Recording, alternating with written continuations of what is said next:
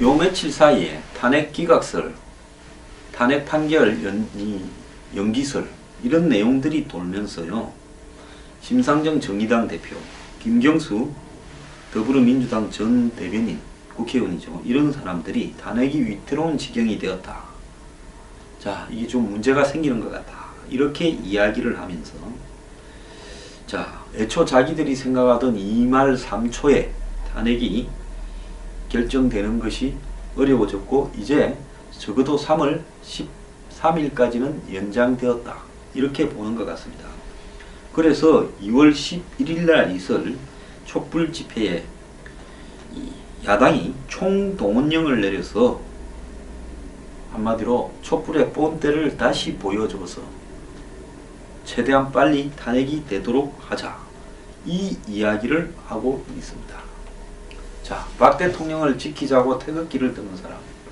자, 탄핵이 뭐 이상하게 간다라는 정황은 없고 자기들이 정해놓은 2월 말에 안 된다라는 것 뿐인데 그것이 마치 탄핵에 대한 기각설, 탄핵 판결이 연기된다라는 연기설 등으로 둔갑을 하면서 뚜렷한 증거 없이 박 대통령이 다시 살아날 수 있으니까 빨리 두들겨 잡자고 또 주말에 야당부터 다 나서서 촛불 시위를 대규모로 하자. 자, 이거 얼마나 웃기는 논리입니까? 제도는 폼입니까? 그러면 왜 헌재 보고 판결을 해달라는 겁니까? 헌재 보고 판결을 해달라고 하지 말고요. 그냥 길거리에서 청와대 담을 넘어가는 게 낫지 않겠습니까? 지금은 헌재가 별의별 설을 다 현재 주변을 두고 퍼뜨리고 있습니다. 누가 퍼뜨리는지 짐작은 가는데요. A 헌법재판관은 이미 넘어왔고 B를 이야기하고 있다. C를 이야기하고 있다. D를 이야기하고 있다. 2명 이상 넘어올 수 있기 때문에 이정미가 퇴임하고 7인 체제에서 판결을 내리도록 하면 최소 6인 이상이 찬성을 해야 되는데 2명이 빠지면 5인밖에 안 되기 때문에 탄핵이 기각될 거다. 이런 이야기를 하고 있습니다. 자, 그렇다면 헌재라는 것은 대한민국의 한마디로 밑에서 헌법재판관들을 로비하면 로비에 넘어가고 내가 당신 임명했잖냐 나 봐줘야지 이렇게 말하면 넘어가고 돈 사들고 가면 넘어가는 그런 집단밖에 안 되는 겁니까? 이것이 아프리카입니까?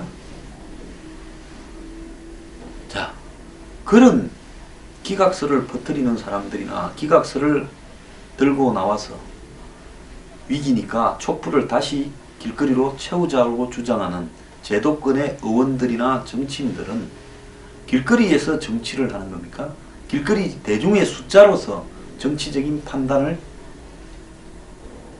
모든 것을 할 수 있다고 보십니까? 국가 시스템이 길거리에 10만 명이 모이면 무시해도 좋고 100만 명이 모이면 받아들여야 된다는 길거리 정치를 도입하고 싶습니까? 그렇다면 의원들은 다 옷을 벗고 떠나는 것이 맞지요.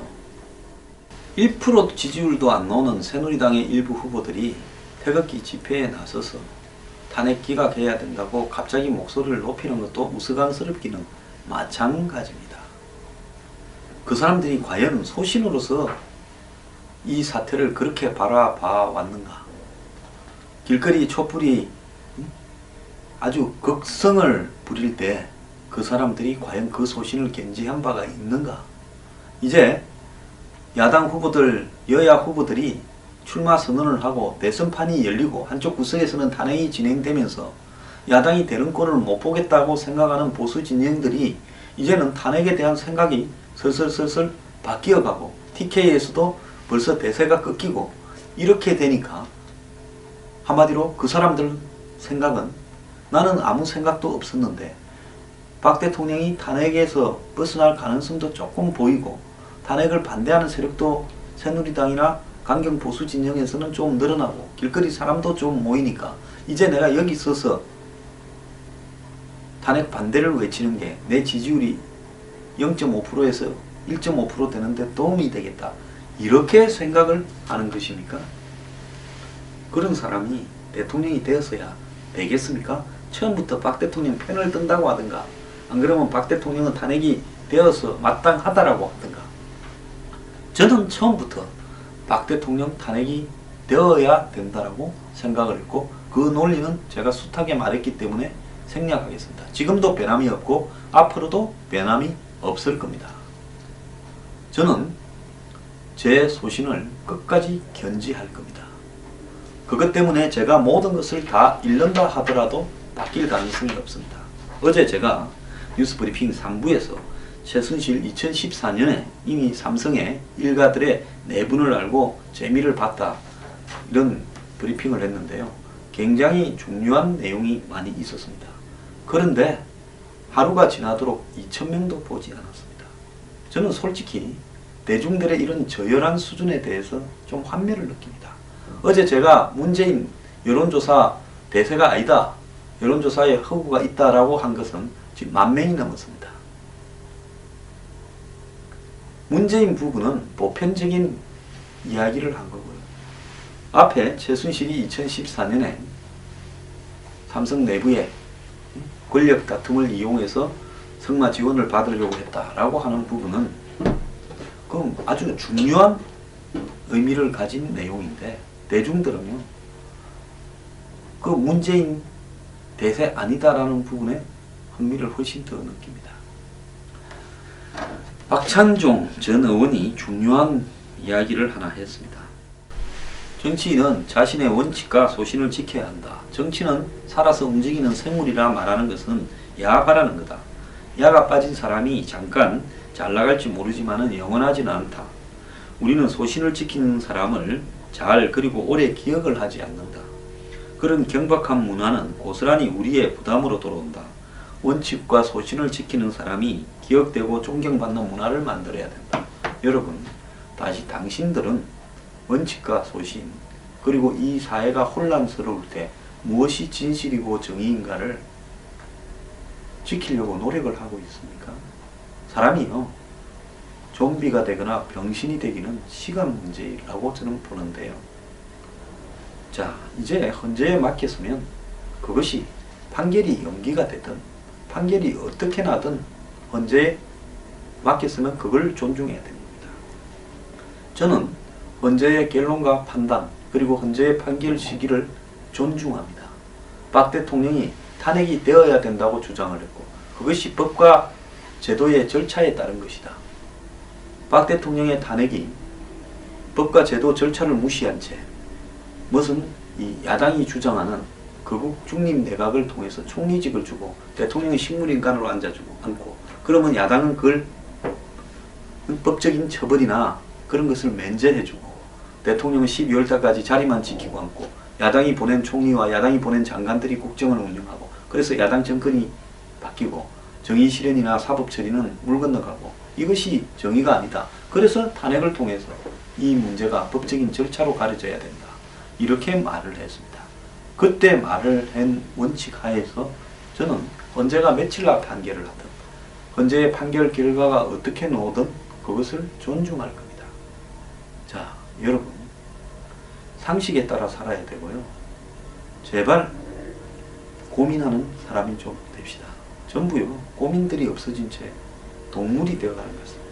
제가 만난 어떤 분들은 이 사태 초기에 굉장히 흥분을 했습니다. 저는 대통령도 아니다, 어떻게 저럴 수 있냐. 그 저분이 끝까지 저럴까 생각을 했습니다. 어느 시점이 되니까 야, 그래도 이거 너무 오래 가는 거 아니야? 경제가 나빠져, 경기가 엉망이야. 솔직히 이야기합시다. 탄핵 사태하고 관계없이 경기는 이미 엉망이 된 지 오래됐고, 그 엉망이 지금 종말이 다가오기 때문에 갈수록 더 나빠지는 거지, 탄핵이 되어서 경기가 나빠진다라는 연관성은 어디에도 없습니다. 그러면서 또 이렇게 이야기합니다. 야, 이제 좀 그만해야 되는 거 아니야? 정말 필요하다. 경제도 엉망이고 일자리도 없어지는데 헛날 이런 이야기 지겹다, 이렇게 이야기를 합니다. 자, 여러분, 법적으로 헌재는 6개월까지 이렇게 할 수 있고요. 최대 6개월이 지나서도 할 수 있습니다. 그 다음에 특검은 검찰 수사가 최순실과 박 대통령에 대해서 제대로 안 됐다는 것은 대부분이 공감할 겁니다. 그러니까 여당이 새누리당까지 동의를 해서 특검이 만들어졌으면 당연히 특검은 준비 기간까지 포함해서 2달 반쯤 이상을 특검 조사를 통해서 불러대서 조사를 할 수 있는 겁니다. 그런데 그런 어떤 과정들을 통해서 진행되는 부분들이 이제는 너무하다. 이거 푸닥거리도 지겹다. 이제 이렇게 이야기를 합니다. 그거는요, 세상에 진실이 바뀌고 있는 게 아니라 그 개인의 마음이 간사하게 바뀌고 있습니다. 제가 이제 그렇게 말을 하는 분은 이제 며칠 있으면 뭔 이야기 할 건가, 요렇게 이제 좀 들어보려고 그럽니다. 그 다음 며칠 있다가는 이제 요래 이야기를 합니다. 그래도 종북 문재인이가 돼서는 안 되는 거 아니야? 자, 우리가 나무만 봐서 되겠냐? 숲을 봐야지. 황 소장 혹시 문재인 지지하는 거 아니야? 요렇게 또 이야기를 합니다. 자, 박 대통령이 이 사단을 최순실과 더불어 내버리고 그것이 탄핵이 걸리고 또 떠나가서 헌재의 재판이나 특검 수사가 진행이 되면 당연히 푸닥거리는 따라가는 겁니다. 자, 2004년에 노무현 대통령도 탄핵이 걸렸습니다. 그런데 그때는 탄핵이 걸려서 탄핵 인용이 되면 대선이 있을 수 있댔는데 누구도 대선 준비를 안 했습니다. 한번 기억을 되살려 보세요. 솔직히 탄핵을 걸은 쪽에서도 자기 확신이 있어야 될 건데요. 걸어놓고 그날 밤에 탄핵을 주도했던 제가 대표를 만났는데 집에서 불안에 떨고 있었습니다.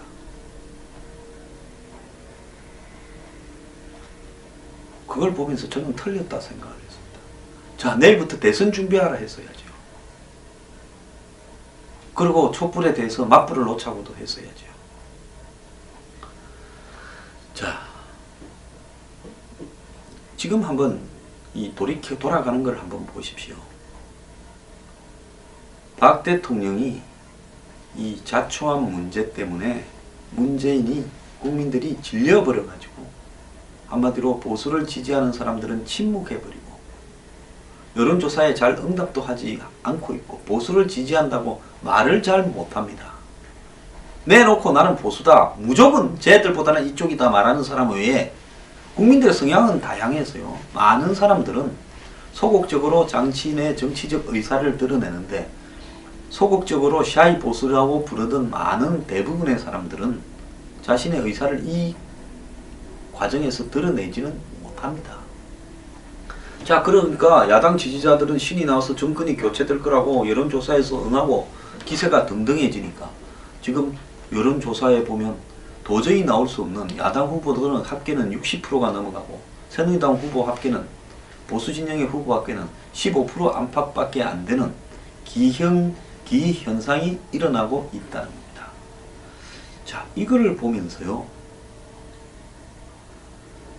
이 문재인 당선의 1등 공신은 박근혜 대통령이다라는 자성을 우리가 해야 되는 것입니다. 자, 안희정이 경선에서, 완전 국민 경선에서 보수 진영 지지자들이 자기에게 더불어민주당 경선에 한 표를 던져달라고 대연정을 제안하면 차라리 깨끗하게 야당을 가면 같이 장관 자리 몇 개 얻어먹는 것은 의미가 없다, 그런 말 걷어치워라고 말도 해야 되는 겁니다. 그리고 문재인, 당신은 왜 토론에 응하지 않고 있느냐, 당신의 안보관이나 당신의 무슨 역사 청산이나 국가 대청소가 우리를 불안하게 한다고 그에게 공격을 해야 되는 겁니다. 그런 말들은 하지 않고요, 허구 훗날 태블릿 PC 이야기하고, 예? 최순실이 음모를 당했다, 고영태에 의해서 음모를 당했다 주장을 하고 언론에 설밖에 없지 않냐라고 주장을 하면서 이미 무수하게 드러나 있는 증거들을 외면하고 있습니다. 저는 야당 지지자들도 이러면 안 된다라고 한마디 하고 싶습니다. 자, 촛불로 탄핵이 되었는지 안 그러면 될만해서 되었는지, 저는 사실 마지막 탄핵 직전의 촛불 집회에서 사람이 그렇게 많이 안 모였으면 여당 의원들이 탄핵에 가담을 끓이면서 탄핵이 안 됐을 수도 있다.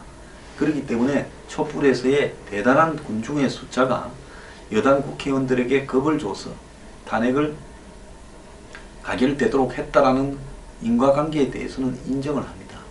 자, 그렇게 되었으면 그 다음에는 헌재가 판결을 할 때까지는요, 지켜봐야 되는 겁니다. 저는 솔직히 촛불지세가 그 이후에 이제는 좀 쉬겠다, 쉬면서 지켜보면서 일이 잘못됐을 때 또 나오겠다, 이렇게 말을 했어야지.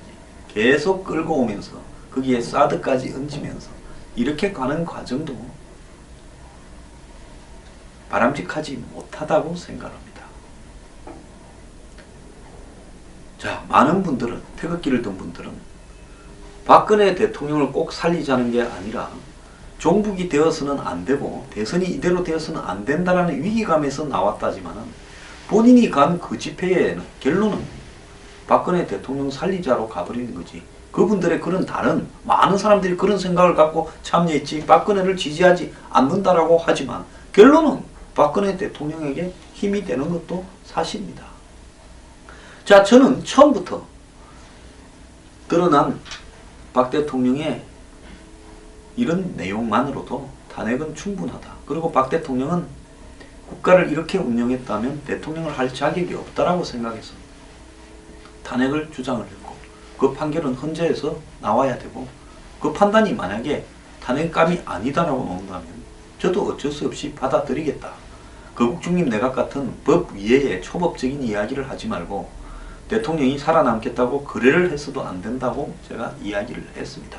그리고 지금까지 그 입장을 견지해오고 있고 촛불이나 태극기 누구도 그것이